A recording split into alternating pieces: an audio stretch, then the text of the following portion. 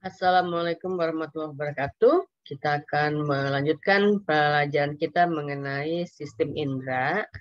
Yang lalu kita sudah membahas 3 indera, yaitu kulit, hidung, dan lidah. Sekarang kita akan bahas satu lagi, yaitu mata. Ya. Oke, bentar. Nah, jadi mata itu adalah fotoreseptor. Dia ini punya reseptor khusus untuk mengenali perubahan sinar dan keragaman warna. Jadi perubahan sinar dan keragaman warna. Nah, ini adalah strukturnya mata dari luar ya, dari luar. Nah, dia punya pelindung. Nah, karena ini adalah organ penting dan kemudian terdiri dari sel-sel hidup, maka kemudian dilengkapi dengan pelindung. Ada banyak pelindungnya. Yang pertama adalah rongga mata. Ini adalah tulang-tulang yang membuat bola mata terlindung di dalamnya. Ya, ada tulang-tulangnya, ada tulang orbital, gitu ya, ada ini dia berlubang di sini ya, tulang tengkorak kuat sekali. Kemudian ini ada kelopak mata, kemudian yang bisa membuka dan menutup ya. Kemudian ada bulu mata, sebenarnya rambut ini kan ya, ini bulu mata. Kemudian ada alis mata.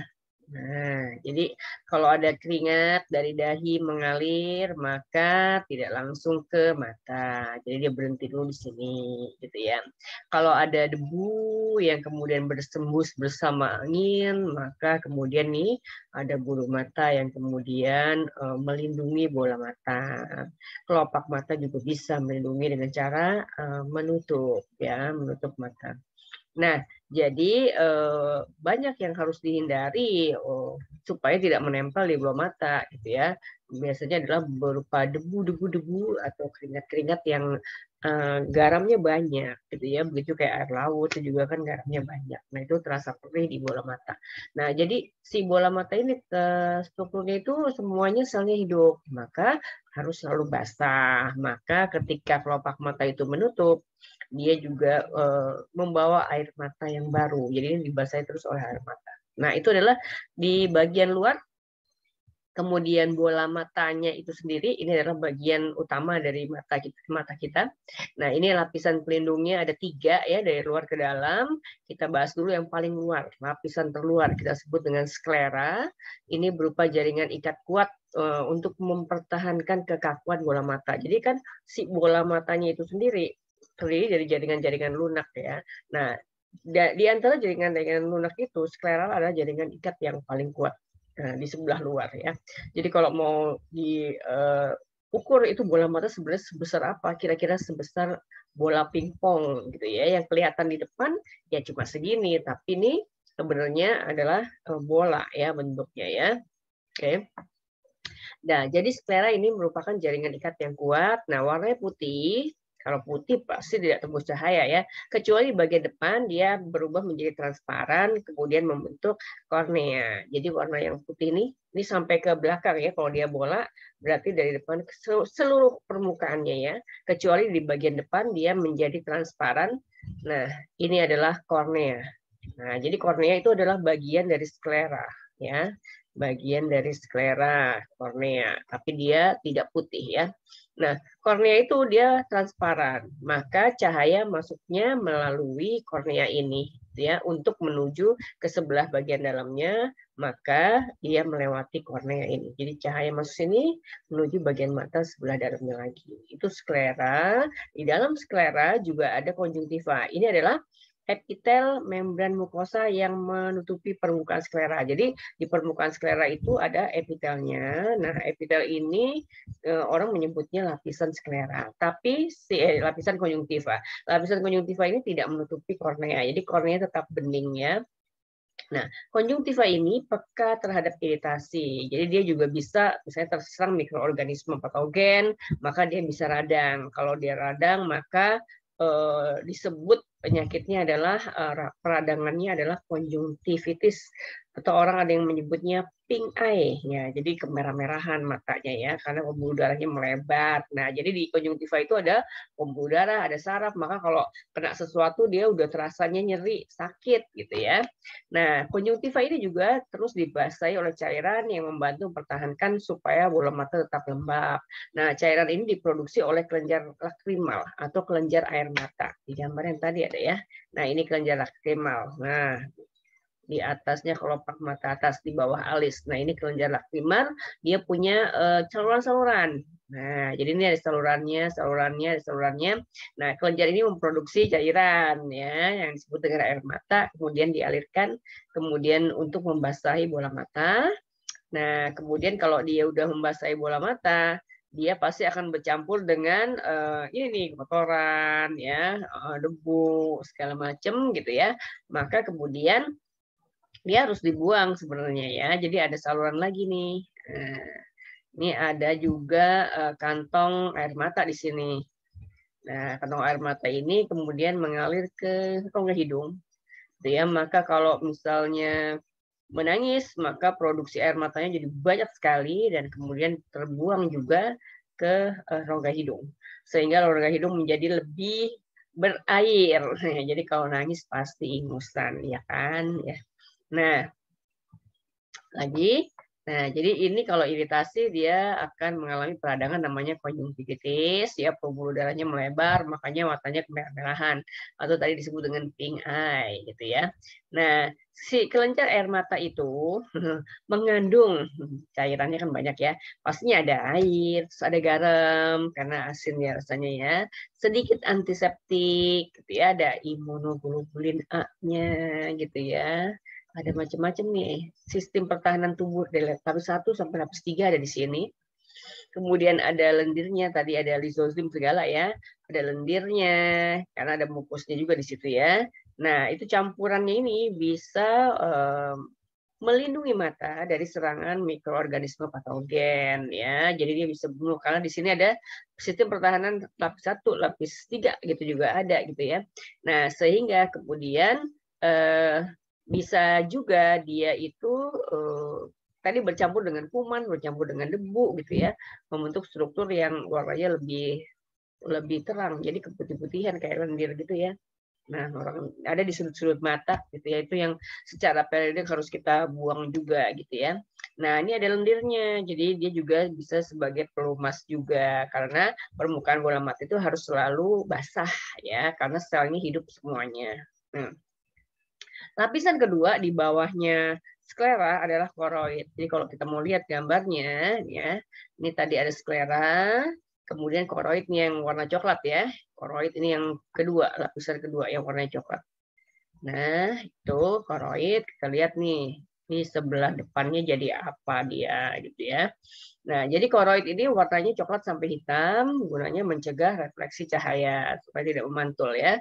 Mengandung pembuluh darah untuk menyediakan nutrisi dan O2 buat sel-sel mata. Jadi ini ada banyak banget pembuluh darahnya bersama dengan aliran darah yang mengalir di dalamnya akan dipasok juga O2 dan nutrisi buat sel-sel mata.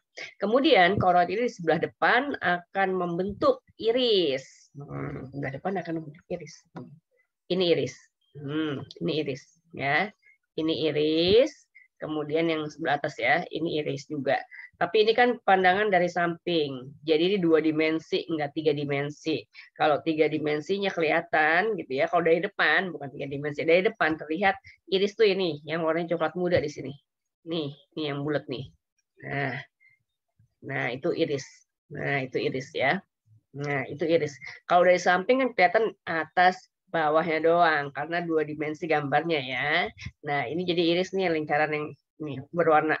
Ada yang orang yang punya irisnya warna coklat, maka matanya coklat. Orang yang punya irisnya warnanya hitam, mata bola matanya disebut berwarna hitam. Ada yang warnanya biru, ada yang warna hijau gitu ya. Ada yang tidak berwarna gitu. Orang-orang yang menderita kelainan albino itu irisnya tidak berwarna. Tapi terlihat kemerah-merahan karena yang kelihatan padanya adalah pembuluh-pembuluh darah kapiler yang banyak aja gitu ya. Nah, jadi iris itu bisa mengatur jumlah cahaya yang masuk melalui pupil. Jadi sebelah dalamnya sebelah dalamnya iris adalah pupil, gitu ya.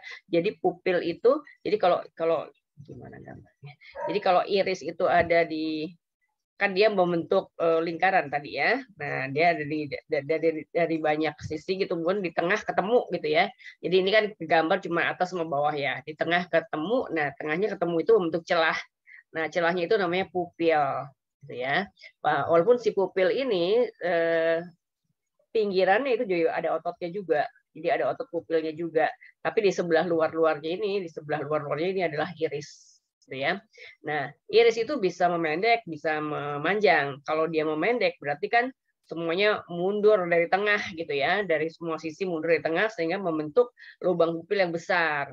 Kalau kemudian irisnya kemudian memanjang, maka ya maju semua ke tengah gitu kan ya, maju semua ke tengah sehingga membentuk lubang pupil yang kecil. Itu hubungannya sama pengaturan cahaya yang masuk ke mata. Jadi yang mengatur banyak sedikitnya cahaya yang masuk ke mata itu sebenarnya iris, bukan pupil gitu kan ya. Jadi iris. Jadi kalau cahayanya banyak, maka si iris itu bareng-bareng kemudian memanjang sehingga lubang pupilnya kecil. Kalau cahayanya redup, kurang terang, maka si iris itu kemudian memendek sehingga membentuk lubang pupil yang besar gitu ya. Nah, itu iris. Nah, jadi iris itu bisa mengatur jumlah cahaya yang masuk. Ya, cahaya yang masuknya itu lewat pupil gitu ya. Jadi yang berfungsi sebagai diafragma sebenarnya tadi ya mengontrol ukuran pupil itu adalah iris gitu.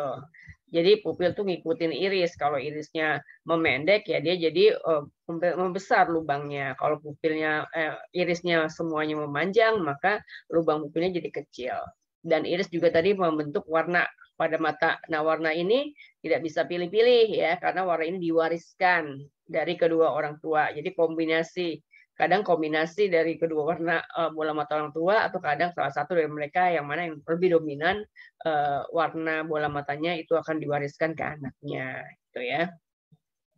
Nah, kemudian di sebelah depan juga ada ligamen pengikat lensa atau badan siliaris, atau ada buku yang banyak yang menulisnya sebagai ligamen suspensor. Nah, ini yang megangin lensa supaya tetap pada tempatnya.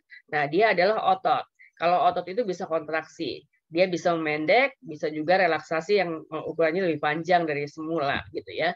Nah, sehingga karena dia tugasnya megangin lensa, kalau dia memendek, maka lensanya ketarik jadi lebih gepeng, lebih panjang gitu ya. Kalau kemudian dia relaksasi, dia ototnya lebih memanjang sehingga bentuknya lensa itu lebih cembung, lebih gemuk gitu ya. Nah, mencembung dan memimpihnya si lensa ini disebut daya akomodasi. Nah, itu diatur oleh ligamen pengikat lensa atau badan siliaris atau ligamen suspensor. Nah, bagian ini juga menghasilkan cairan encer yang kemudian disalurkan menuju ke bagian depan lensa yang kemudian orang menyebutnya cairan encer ini disebut dengan aqueous humor gitu ya.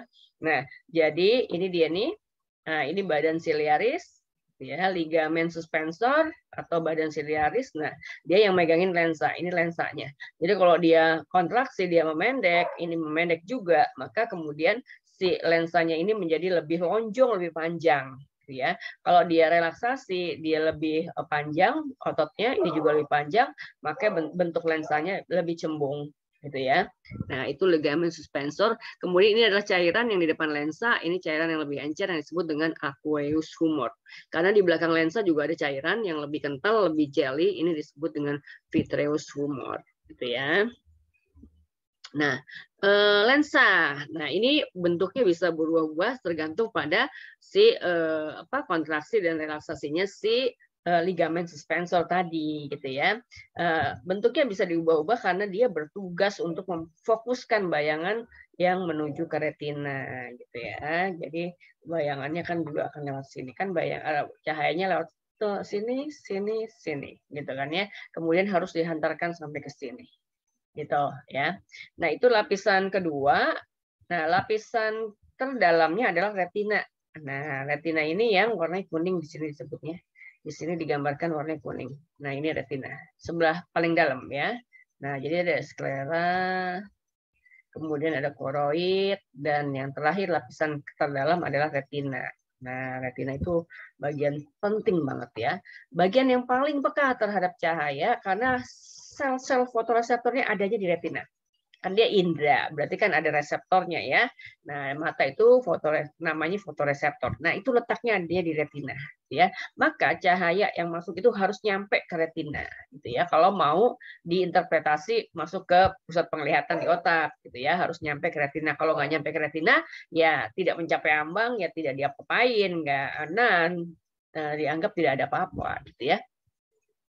Informasi dari fotoreseptor akan keluar dari bola mata pada cakram optik. Nah, cakram optik tidak mengandung fotoreseptor. Bagian ini disebut dengan bintik buta karena cahaya yang terfokus pada bagian ini tidak akan terdeteksi. Serabut saraf dari cakram optik akan memanjang menuju lobus okibital pada otak. Balik lagi ke sini ya. Nah, jadi harus masuk sini nih. Cahaya harus sampai ke sini. Harus sampai ke sini. Ini namanya bintik kuning. Nanti kemudian masuklah ke sel-sel reseptornya, kemudian berhubungan dengan sinapsis, masuk ke neuron sensoriknya yang ada di mata, kemudian serabutnya akan bersatu, masuk ke sini. Nah, ini ya, masuk ke sini. Nah, dibawalah ke lobus okibital di otak atau pusat penglihatan di otak. Nah, jadi ini namanya bintik kuning, ini ada 2 bintik di sini ya. Ini namanya bintik kuning, fovea centralis atau fovea center, ini bintik kuning. Kemudian area ini tempat serabut sarafnya bersatu dari semua bagian kemudian masuk ke otak gitu ya. Ini namanya bintik buta. Nah, kalau bayangan jatuhnya ke bintik buta itu enggak kelihatan apa-apa karena fotoreseptornya adanya bukan di sini, tapi di retina bagian yang lain, gitu ya. Terutama yang kerucut paling banyak ada di sini. Gitu ya. Jadi kalau jatuhnya di sini, bukan di sini nggak ada sel-sel reseptornya, tapi dia cuma kumpulan serabut saraf yang kemudian akan menuju ke otak. Gitu ya. Maka ini disebut dengan bintik buta karena nggak kelihatan apa-apa kalau bayangannya jatuhnya di sini. Tuh ya. Lain udah ya. Nah, jadi itu penjelasannya tadi ya. Jadi ada 2 bintik di dekat-dekat retina, ada bintik buta, ada bintik kuning. Nah, bayangan harus jatuh di bintik kuning atau di fovea tadi ya. Oke. Nah, sel reseptor itu ada 2 macam. Ada yang sel batang, ada sel kerucut. 2 macam doang ya, batang sama kerucut. Nah, ini ya. Ini sel batang, ini ujungnya begini, kayak batang. Yang ini sel kerucut, ini sel kerucut, ini sel kerucut ya. Beda ya, jadi bentuknya ya, beda di bentuk ya. Kita lihat ya. Sel batang atau sel bacillus, batang bacillus ya. Ini jumlahnya banyak banget kalau di manusia, 125 juta sel dibandingkan dengan sel kerucut yang cuma 6 juta sel gitu ya. Nah, jadi sel batang berjumlah 125 juta sel. Kemudian sel ini sensitif terhadap cahaya redup sehingga memungkinkan kita melihat di malam hari walaupun kita nggak bisa membedain warna ya karena sel batang bukan untuk membedakan warna. Yang bisa membedakan warna itu adalah sel kerucut gitu ya. Nah, jadi ini untuk gelap terang gitu ya. Gelap terang. Ya. Nah, jumlah sel batang paling banyak pada daerah retina pinggir retina dan makin sedikit ke daerah tengah. Jadi dia si sel batang itu lebih banyak di daerah tepi sini, tepi gitu ya. Di daerah tengah itu makin sedikit. Bahkan ada buku yang bilang bahwa di daerah tengah ini, daerah center ini nggak ada sel batangnya. Jadi ada buku yang menulis textbook yang menulis bahwa di fovea centralis ini nggak ada sel batang, ada yang nulis lagi di situ sel batangnya paling sedikit gitu ya. Nah, jadi jumlah sel batang paling banyak ada di daerah tepian dari pusatnya, gitu ya, daerah tepian dari pusat. Makin sedikit pada daerah tengahnya dan tidak ada sama sekali di bintik kuning. Nah, di bintik kuning tidak ada sama sekali. Jadi di fovea centralis nggak ada atau di pusat median visualnya nggak ada, gitu ya. Nah, sel batang ini berisi pigmen visual ungu atau visual purple. Nah, ini visual ungunya namanya rhodopsin. Nah, rhodopsin ini terdiri dari senyawa retinal. Nah, ini adalah vitamin A, turunan vitamin A gitu ya, yang berupa molekul pigmen penyerap cahaya terikat pada protein membran. Protein membrannya adalah opsin. Jadi opsin sama retinal atau retinin ini kayak satu paket gitu kan ya. Nah, ketika rhodopsin menyerap cahaya, ini rhodopsin menyerap cahaya, maka komponen retinalnya berubah bentuk. Nah, sehingga menyebabkan perubahan bentuk juga pada opsinnya. Perubahan tersebut akan mengaktifkan transduksi sinyal yang selanjutnya akan memberikan potensial aksi. Jadi dialah yang nerima perubahan cahaya tadi ya, gitu ya. Sehingga kemudian kalau cahayanya cukup mencapai nilai ambang, maka terbukalah kanal-kanal ionnya dan kemudian terjadilah potensial aksi. Nah, kemudian merambat dibawa sampai ke pusat penglihatan. Nah, datanya seperti itu ya, sinyal listriknya begitu. Nah, jadi kalau kita membuka mata, kemudian cahaya cukup di sekitar kita, maka kita sebut kita sedang melihat. Ketika kita sedang melihat, maka bekerjalah proses yang ini tadi. Nah, ketika dia terjadi, proses terjadi, maka sejumlah vitamin A hilang selama kita melihat. Dan bukan terpakai, gitu ya, bukan hilang, tapi terpakai selama kita melihat. Dan ini harus digantikan dengan vitamin A baru, yang pasokannya pasti dari makanan yang kita makan, gitu ya. Jadi setiap hari kita harus mengkonsumsi makanan yang mengandung vitamin A. Sebenarnya nggak tiap hari sih ya, karena vitamin A adalah vitamin yang larut dalam lemak. Kalau yang larut dalam lemak, maka dia bisa disimpan di lemak tubuh. Jadi bisa orang kemudian mengkonsumsi vitamin A satu kaligus dalam kadar yang besar, kemudian ketika masuk ke dalam tubuhnya, tubuh akan menggunakan secukupnya. Kalau masih ada sisa, akan disimpan di lemak tubuh. Berbeda dengan vitamin yang larut dalam air, tubuh nggak bisa simpan dalam waktu yang lama, gitu ya. Tapi kalau vitamin A bisa, bahkan di Indonesia di pos-posyandu itu ada program pemberian vitamin A dosis tinggi untuk balita setiap 6 bulan sekali. Jadi di bulan Februari dikasih, bulan Agustus dikasih lagi, gitu ya. Nah, jadi dilarutkan dalam lemak kayak minyak ikan gitu ya, yang bulatan kecil-kecil, kapsul bulat-bulat kecil-kecil. Kemudian itu dimasukkan ke dalam mulutnya si balita tadi. Nah, itu cukup untuk penggunaan atau untuk kebutuhan vitamin A dalam waktu 6 bulan. Itu ya. Nanti 6 bulan berikutnya dikasih lagi. Tuh. Nah, jadi jika kita kekurangan vitamin A, maka kita tidak bisa, maka sel batang nggak bisa kerja dengan baik gitu ya. Maka kita tidak bisa melihat jelas dalam suasana yang cahayanya kurang, remang-remang kayak gitu ya. Nah, orang yang kayak gini maka disebut dia mengalami gangguan yang disebut dengan rabun senja, atau di Indonesia disebut juga rabun ayam, karena ayam juga mengalami hal yang sama. Kalau dalam keadaan remang-remang dia udah nggak bisa lihat jelas. Maka ayam itu kalau mau maghrib itu udah harus masuk kandang. Kalau belum masuk kandang, ntar dia keliling-keliling aja nyari kandangnya nggak ketemu gitu ya. Nah, jadi manusia yang kekurangan vitamin A bisa mengalami rabun senja atau rabun ayam, gitu ya. Nah, rodopsin dapat dibentuk kembali di tempat gelap. Jadi kalau kita tidur, kamarnya gelap, maka itu ada juga pembentukan rodopsin baru, gitu ya. Asal bahan bakunya tersedia ya, bahan bakunya dari tadi makanan yang banyak mengandung vitamin A, gitu ya. Nah, begitu juga kalau kita berada di tempat gelap dalam waktu yang lama, kemudian tiba-tiba kita berpindah ke tempat yang terang. Biasanya kalau kayak gini, kalau kita ada di bioskop ya, tadi tempat gelap, kemudian selesai filmnya kita pindah ke tempat terang, keluar dari bioskop gitu ya, maka ada saat yang disebut dengan adaptasi gelap atau adaptasi rodopsin, ketika kita tidak bisa melihat dengan jelas dulu beberapa saat itu nggak lama ya, hitungannya detik. Sekarang 1-2 detik sudah selesai gitu ya. Jadi ketika kita pindah dari tempat gelap ke tempat terang gitu ya, terang banget, maka kemudian kayak ada blank dulu, kayak gelap hitam dulu, dia sebentar aja. Itu disebut dengan adaptasi gelap atau adaptasi rodopsin gitu ya. Jadi dia perlu waktu sejenak ya untuk bisa mengurai rodopsin lagi gitu. Nah, ini adalah sel batang. Ini sel batang ya, reseptor sel batang. Nah, yang ini adalah sel kerucut yang lancip-lancip ujungnya, ya kayak kerucut ya, gitu ya. Nah, itu letaknya ada di retina. Jadi kalau ini retina, kemudian diperbesar lagi kayak begini. Nah, ini belakangnya retina, ini depannya retina ya. Nah, jadi ini sinar masuk. Nah, ini sel kerucut dan sel batangnya ada di sini. Nanti dia akan bersinapsis dengan sel-sel, namanya ada sel polar, sel horizontal, sel amakrin, kemudian terakhir bersinapsis dengan sel ganglion, kemudian saraf-sarafnya berkumpul. Nah, ini kumpulan saraf mata ini adanya di sini. Ya, yang orang sebut tadi bintik buta tadi. Kemudian masuk ke dalam otak menuju lobus opticus gitu ya. Nah, yang kedua setelah sel batang ini adalah sel kerucut atau sel konus. Tadi bacillus ya, sekarang konus. Jumlahnya 6 juta sel kalau di manusia. Tadi yang batang 125 juta gitu ya.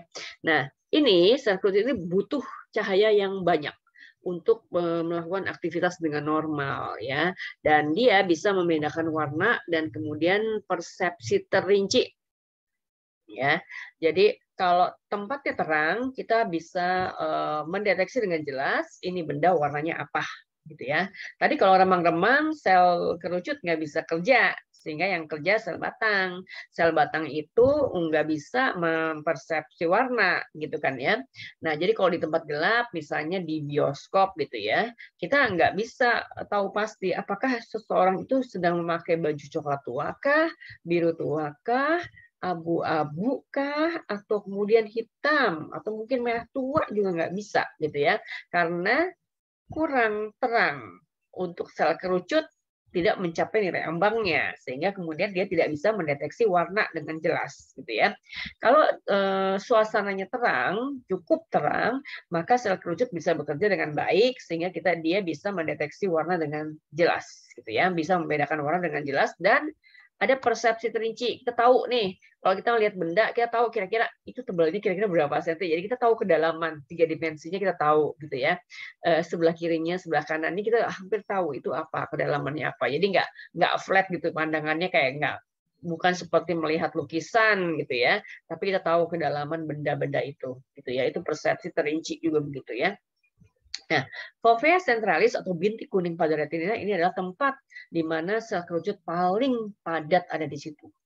Jumlahnya sekitar 150.000 reseptor warna per milimeter kubik, gitu ya. Per milimeter persegi, maaf. Per milimeter persegi. Nah, ini pigmen visualnya adalah lembayung yang disebut dengan fotopsin. Tadi ungu ya, ini lembayung. Nah, fotopsin ini mengandung iodopsin dan bisa terurai menjadi retinin dan opsin juga gitu ya. Nah, jadi ini iodopsin, tadi rodopsin. Nah, sel kerucut ini ada 3 macam yang peka terhadap warna merah, hijau, biru. Jadi 3 macam. Atau warna-warna dengan panjang gelombang antara 450 sampai 675 nanometer gitu ya. Bila sel ini rusak maka bisa menyebabkan buta warna. Jadi sebenarnya kalau buta warna itu si orangnya tidak mampu, tidak punya gen yang diperlukan untuk membentuk sel kerucut tertentu, tidak punya gen untuk bikin sel kerucut yang warna merah, tidak mampu membentuk sel kerucut yang warna biru untuk mendeteksi warna biru, misalnya begitu ya. Nah, kayak tadi nih gambarnya nih. Nah, ini sel kerucut yang merah, walaupun aslinya nggak warna merah ya. Ini sel kerucut yang warna hijau untuk mendeteksi hijau, sel kerucut untuk mendeteksi biru. Tuh ya, walaupun aslinya bukan warna begitu ya. Dia bisa mendeteksi warna merah, biru, hijau, tapi dia sendiri tidak berwarna seperti itu, gitu ya. Nah, jadi pada retina, jadi kalau kita mau lihat di sini, coba saya tulis bentar ya.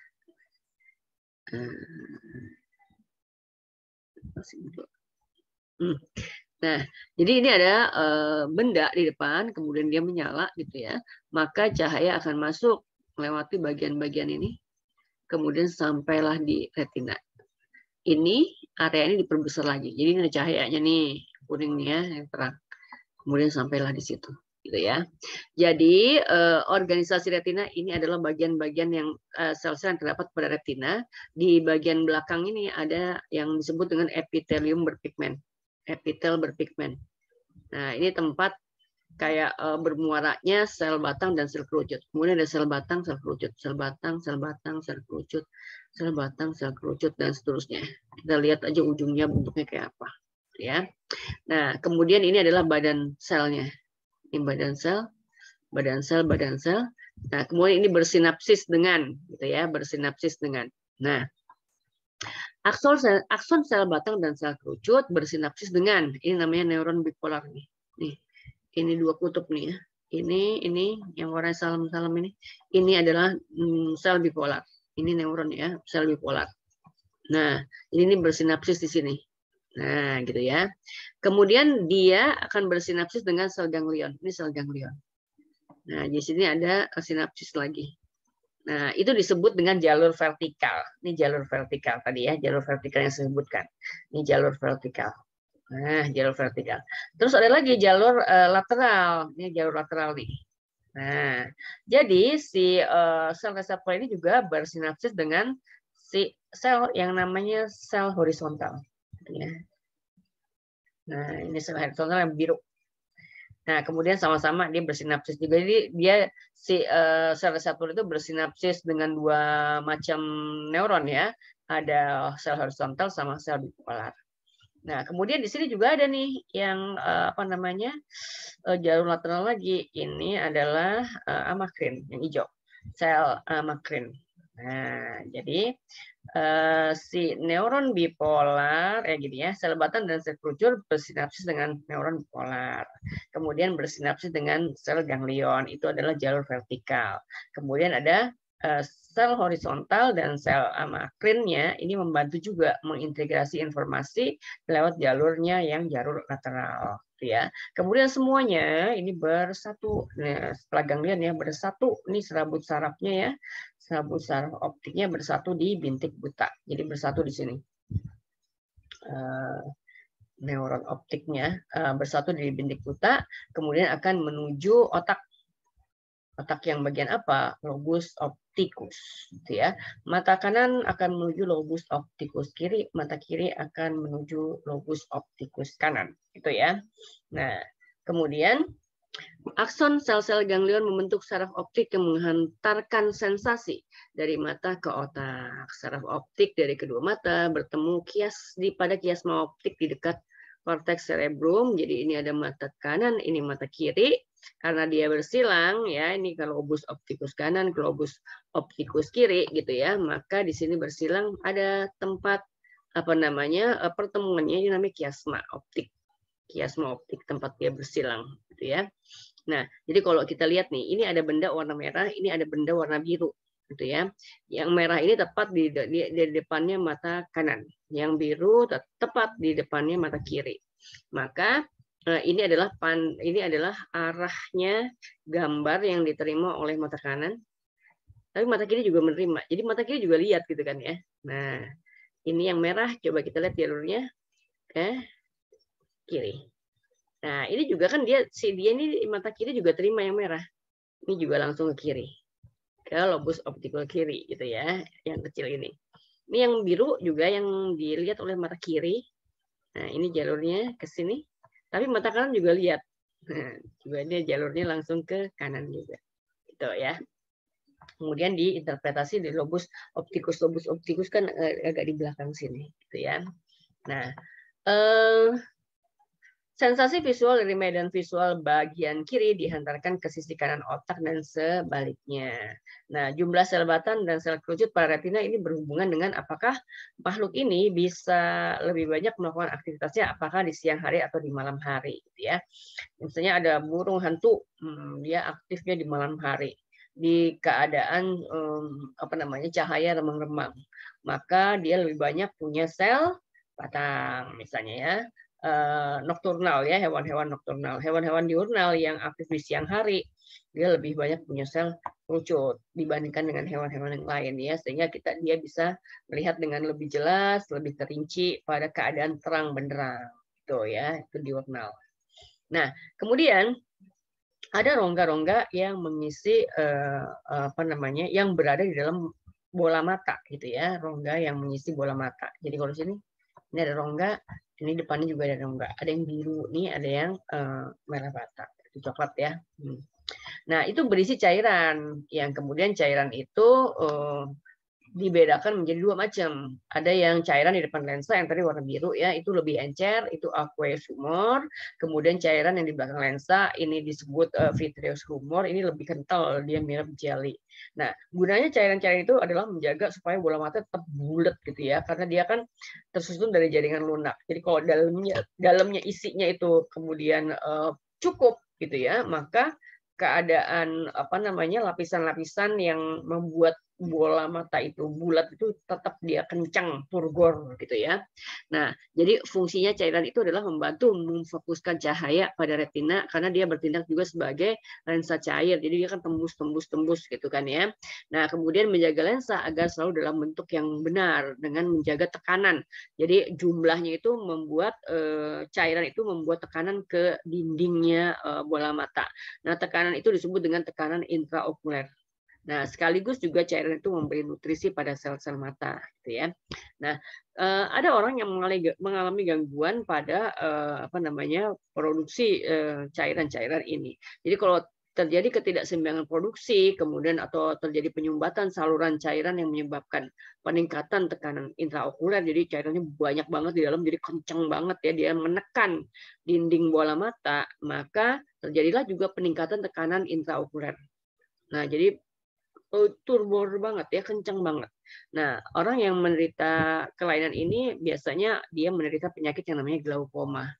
Nah, karena jumlah cairannya banyak banget, dia menekan retina. Padahal di retina tadi ada fotoreseptor yang sensitif banget ya, indranya tuh udah di situ.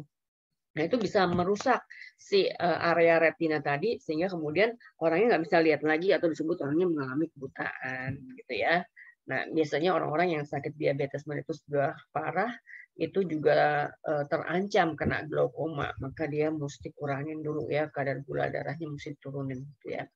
Nah, kemudian bola mata itu bisa bergerak-gerak ya ke atas, ke bawah, ke samping, kiri, ke kanan, diputer-puter juga bisa. Itu karena dia dikendalikan gerakannya oleh otot. Ada 6 otot di setiap bola mata gitu ya, atau 3 pasang sebenarnya ya, yang kemudian menjulur sampai ke permukaan bola mata, berasal dari berbagai tempat di rongga mata. Nah, otot ini memungkinkan mata itu bisa digerakkan ke banyak arah bersama-sama gitu ya. Kalau yang satu melihat ke kanan, yang satu juga gitu sama ya.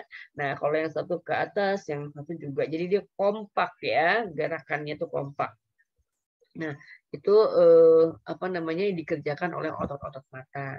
Nah, jadi ada 6 tadi, ada yang atas gitu ya, ada yang bawah. Nah, atas sama bawah sepasang nih ya. Rectus superior, otot tegak bagian atas, rectus inferior, otot tegak bagian bawah. Mulai samping, kiri sama kanan, kiri sama kanan. Rectus eksternal, kalau di mata kanan, rectus eksternalnya pokoknya yang mengarah keluar. Rectus internalnya yang dekat hidung. Jadi yang internal tuh dekat hidung. Mata kanan sama kiri kan jadi berlawanan ya. Yang eksternalnya yang menjauhi hidung gitu ya. Kemudian yang miring atas, oblik superior, miring bagian atas, oblik inferior, miring bagian bawah. Nah, jadi ini ya. Ini Ini yang atas, ini yang atas, ini yang bawah gitu ya. Itu rectus superior ini ya, superior, ini rectus inferior.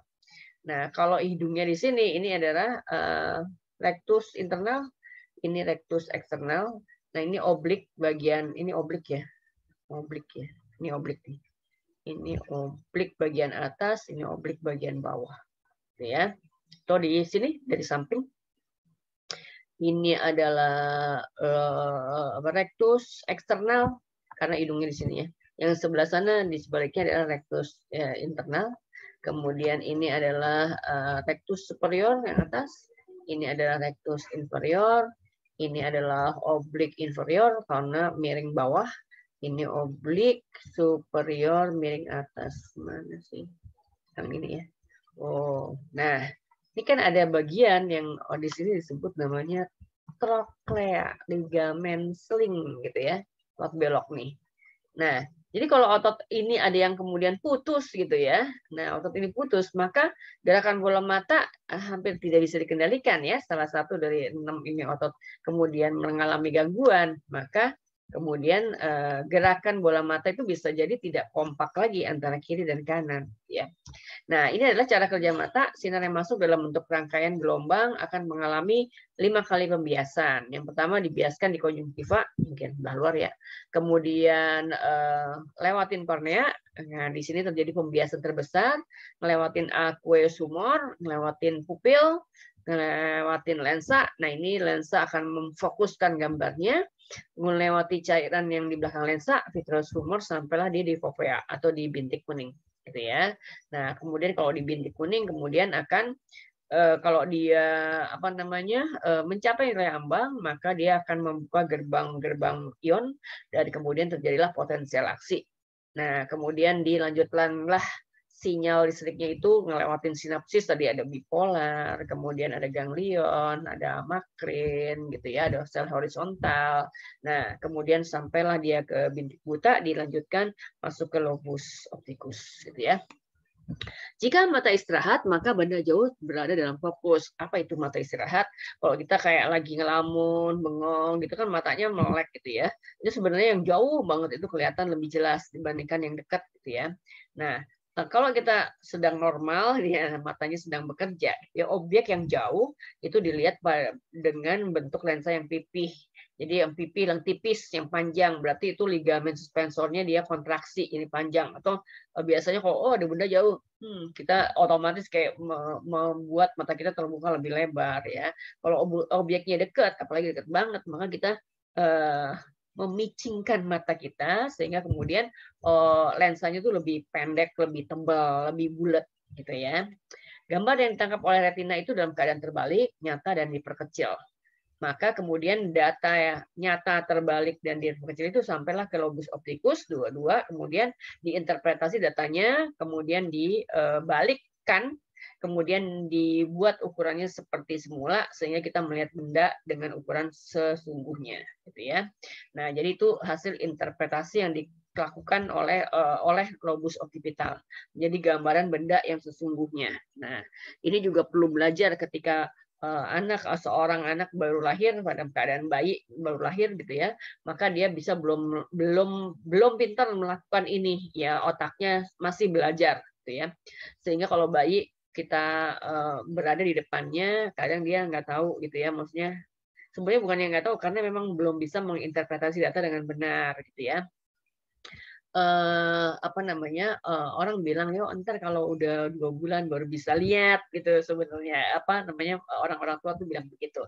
Jadi ada proses pembelajaran selama 2 bulan ketika otaknya itu akan belajar bahwa benda yang bahwa gambar yang masuk ke lobus occipital itu dalam keadaan terbalik, nyata dan diperkecil sehingga harus diolah.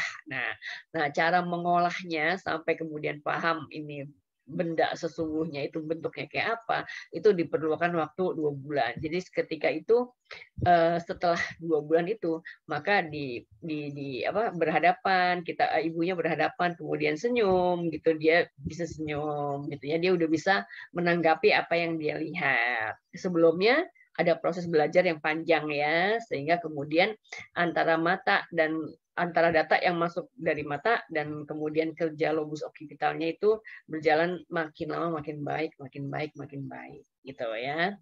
Nah, mata manusia itu ada 2, berarti melek dua-duanya sekaligus melihat benda yang sama dalam waktu yang sama. Nah, penglihatan dengan menggunakan 2 mata itu disebut penglihatan binokuler gitu ya, sehingga menghasilkan pandangan 3 dimensi atau stereoskopis gitu ya. Jadi kita tahu tadi kedalamannya seberapa, ini tebalnya seberapa nih benda ini, kita tahu jaraknya berapa ini dari tubuh aku si benda ini gitu ya. Itu 3 dimensi stereoskopis ya. Ada banyak makhluk lain, hewan-hewan lain yang pandangannya tidak stereoskopis tapi masih 2 dimensi, tidak di 3 dimensi gitu ya. Nah, ini adalah bentuk-bentuk kelainan yang bisa terjadi pada mata. Misalnya ada miop atau rabun jauh. Kalau lihat jauh nggak jelas, maka disebut dengan rabun jauh. Jadi kalau mau lihat jelas, bendanya harus dideketin ke mata. Maka nama lainnya adalah mata dekat, gitu ya. Miopi, rabun jauh. Kalau lihat jauh, maka buram, gitu ya, rabun. Nah, maka bendanya harus didekatkan, mata dekat dengan mata, gitu ya. Nah, ini penyebabnya karena bola matanya lebih memanjang daripada normalnya, lebih gepeng daripada normalnya, sehingga bayangannya jatuh di depan retina mata. Maka harus dibantu dengan kacamata yang bentuknya cekung, sehingga bayangan itu bisa ditarik ke retina mata. Gitu ya. Nah, ada lagi yang hipermetrop atau rabun dekat. Kalau lihat dekat itu nggak jelas, kalau lihat dekat itu rabun, gitu ya. Maka bendanya kalau mau dilihat jelas harus dijauhkan dari mata jauh gitu ya. Biasanya kalau kayak gini mas sayang banget nih ya. Ini bola matanya kalau tadi memanjang, ini membulat gitu ya, lebih gemuk gitu ya, lebih pendek jadinya, sehingga bayangannya jatuh di belakang retina. Nah, ini bisa diperbaiki dengan lensa yang bentuknya cembung. Ini serupa dengan presbiop. Kalau presbiop itu bayangan juga jatuh di belakang lensa, tapi penyebabnya karena daya akomodasi lensanya sudah berkurang, misalnya pada orang-orang yang usianya sudah lanjut. Nah, ini juga bisa diperbaiki dengan lensa cembung juga gitu ya.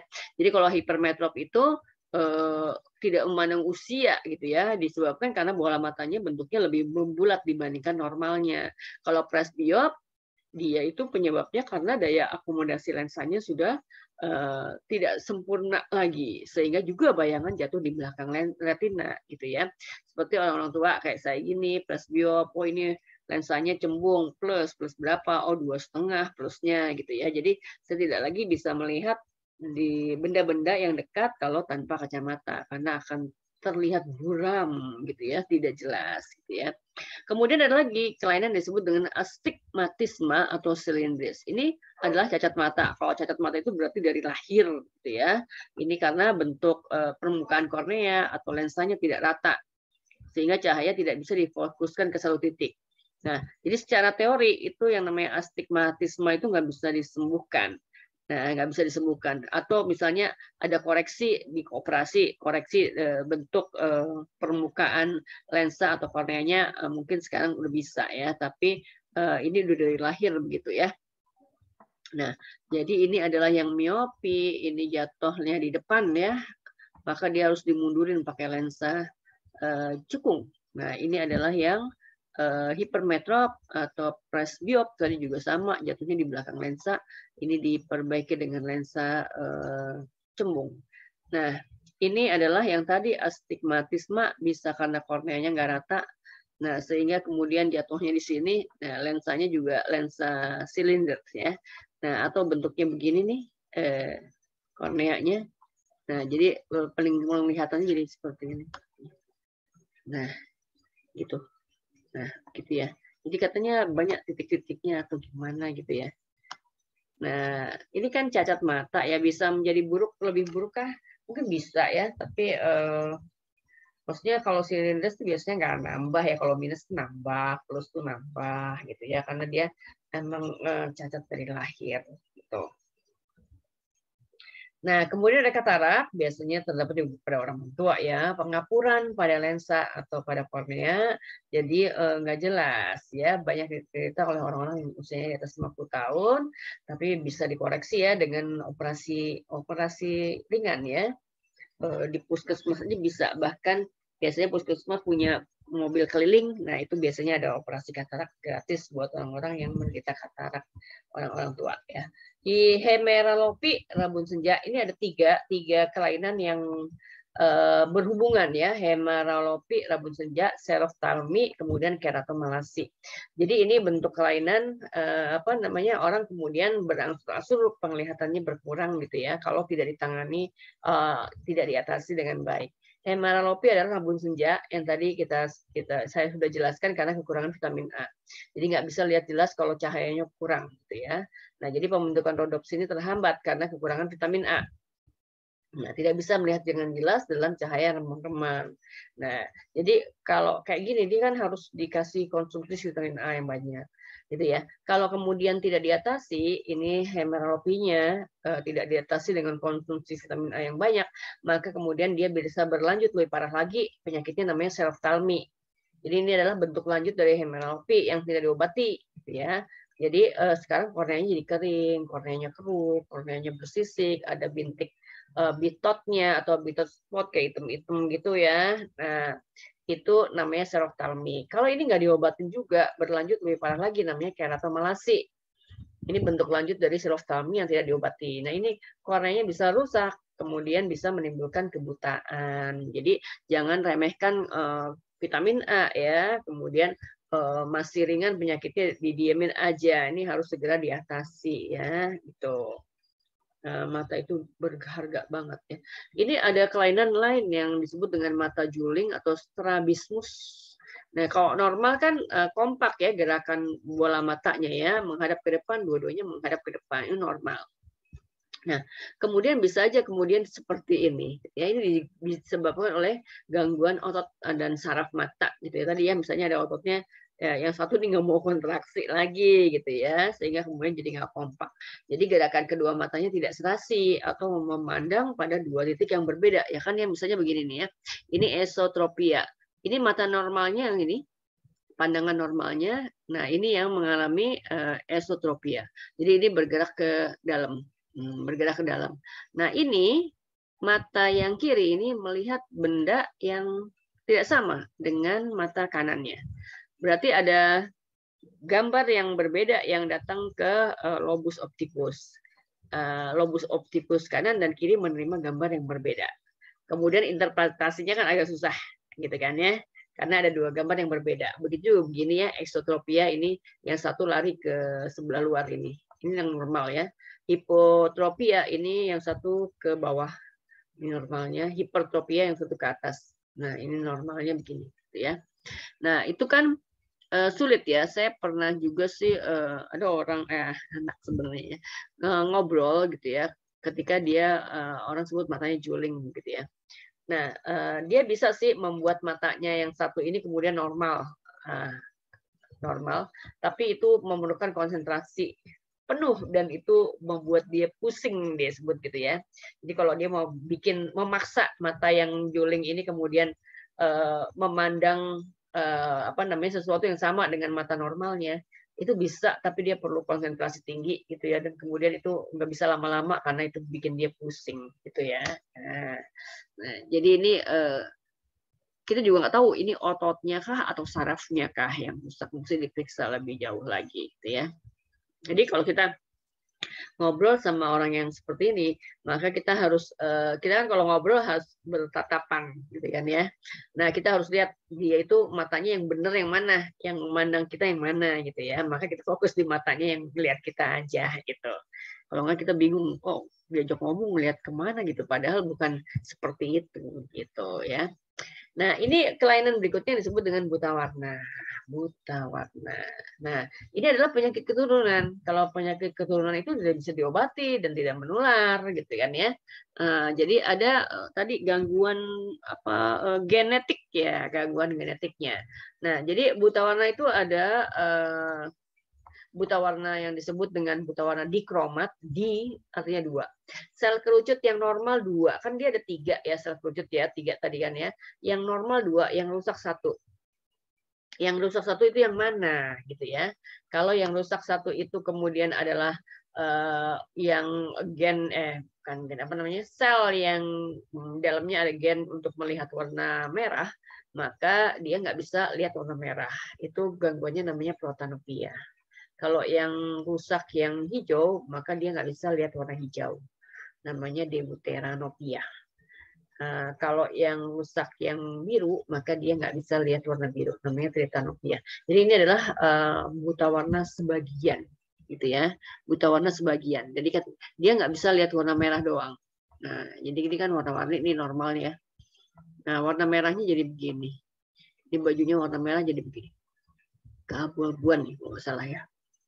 Jadi dia cuma bisa lihat kan kalau yang buta warna satu lagi total itu cuma bisa lihat warna hitam sampai putih, gitu ya. Yang deuteranopia tidak bisa lihat warna hijau. Ini hijaunya di sini, hijau. Nah ini hijaunya jadi begini, ya, gitu ya. Ini ya gitu. Ini daun yang hijau warnanya jadi begini. Ini protanopia, ini yang bunga merahnya jadi begitu, gitu ya. Nah, ini yang tritanopia, yang birunya, yang ungunya ya, yang ungunya jadi nggak kelihatan, gitu ya, gitu. Nah, itu buta warna dikromat. Kalau yang buta warna monokromat berarti yang normal 1, yang 2 rusak. Ini aja udah bisa bikin orang itu buta warna total, maksudnya ya, buta warna total. Jadi kalau rusaknya 2 dari 3 itu ya, itu dia udah bisa mengalami buta warna total. Ada beberapa profesi yang mensyaratkan tidak boleh buta warna, yang berhubungan dengan warna, kayak misalnya TNI nggak boleh lah buta warna gitu ya. Semua seragam, apalagi dia butuh warna hijau, semua seragam TNI semua rata-ratanya warna hijau gitu ya. Jadi dia nggak bisa bedain mana musuh mana teman gitu kan ya. Ada lagi misalnya apoteker, dunia farmasi gitu ya. Obat itu warna-warni, nanti dia bisa salah ngasih ke pasien gitu ya. Ada banyak ada banyak profesi yang mensyaratkan tidak boleh buta warna. Tapi ada juga lebih banyak lagi profesi yang tidak mensyaratkan buta warna, gitu ya. Buta warna ini kan keturunan, kita kan dapat dari warisan kedua orang tua ya. Jadi kan nggak bisa dihindari. Kalau kemudian kedapatan seseorang mengalami buta warna, lebih baik dia tahu dalam waktu yang lebih dini dibandingkan tahu oh, udah gede gitu ya. Nah, jadi misalnya dia mau kuliah tapi dia tahu bahwa dia buta warna, maka dia akan memilih jurusan-jurusan yang tidak mensyaratkan nggak boleh buta warna, kan gitu kan ya. Jadi kalaupun buta warna bukan berarti kiamatlah dunia, bukan ya, tapi banyak banget alternatif yang bisa dijalani yang tidak mensyaratkan harus dia boleh buta warna. Nah, kalau di dunia kedokteran ada jurusan mata ya gitu ya, ada dokter spesialis mata. Nah, kalau kita mau tes kita buta warna apa enggak, kita datanglah ke spesialis mata, nanti ada di tes. Salah satu bentuk tesnya adalah ada kayak buku tebal gitu ya, halaman-halaman bukunya itu berisi gambar-gambar kayak gini diantaranya. Nah, ini gambar buatan ini ada warnanya, campur-campur warnanya. Kemudian di dalamnya berisi atau tergambarkan angka biasanya begitu ya. Kalau kayak gini kan jelas. Ini ada angka berapa di sini? 12 lah gitu ya. Tapi kalau udah begini, nah ini 42, 74, ini 6. Nah, sebenarnya setiap orang akan berbeda-beda ya. Kalau apalagi kalau dia mengalami buta warna. Nah, nanti bukunya itu, lembaran bukunya itu diperlihatkan kepada kita, kita harus segera menyebutkan ada angka berapa di dalamnya. Itu buka halaman itu cepat banget dokternya. Jadi kita harus menyebutkan juga dengan cepat, nggak pakai mikir gitu ya. 12, 4, 7, 4 gitu ya. Nah, nanti dari jawaban-jawaban kita itu bisa dianalisis oleh dokternya gitu ya. Saya ini 71 dia sebutkan. Kalau mata normal itu 74 misalnya begitu ya. Maka kalau dia sebutkan 71, maka oh dia itu buta warna misalnya hijau atau buta warna merah dan seterusnya. Nah, dari situ kemudian disimpulkan ini pasiennya ini buta warna atau tidak. Nah, begitu ya. Sampai di situ pembahasan kita tentang mata sebagai fotoreseptor. Nanti kita lanjutkan lagi di bagian berikutnya. Saya akhiri dulu pertemuan kita kali ini. Assalamualaikum warahmatullahi wabarakatuh.